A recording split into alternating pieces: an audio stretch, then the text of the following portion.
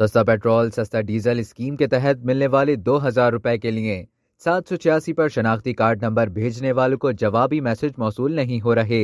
लेकिन परेशानी की कोई बात नहीं है, क्योंकि इस हवाले से वजूहात सामने आ गईं। बेनजीर इनकम सपोर्ट के तहत मिलने वाले 2,000 रुपए के जवाबी मैसेज के हवाले से एक बयान सामने आया है कि ऐसे तमाम अफराद जिनको 786 से जवाबी SMS मौसूल होने में ताखीर का सामना है, उनसे गुजारिश है कि बराए मेहरबानी इंतजार फरमाएं, आपको जल्द ही जवाबी SMS मौसूल हो जाएगा। क्योंकि बड़ी तादाद में पैगामात मौसूल हो रहे हैं और उनके जवाबात कतार में लगे होते हैं। ये भी कहा गया है कि जवाबात भेजने से पहले CNICs की तस्दीक की जाती है, जिसके नतीजे में जवाब में ताखीर होती है। आपको जल्द ही जवाबी SMS मौसूल हो जाएगा। अगर आपकी भी माहाना आमदन 40,000 रुपए से कम है तो 786 पर अपना शनाख्ती कार्ड नंबर मैसेज करें और रिलीफ प्रोग्राम में शामिल हो जाएं।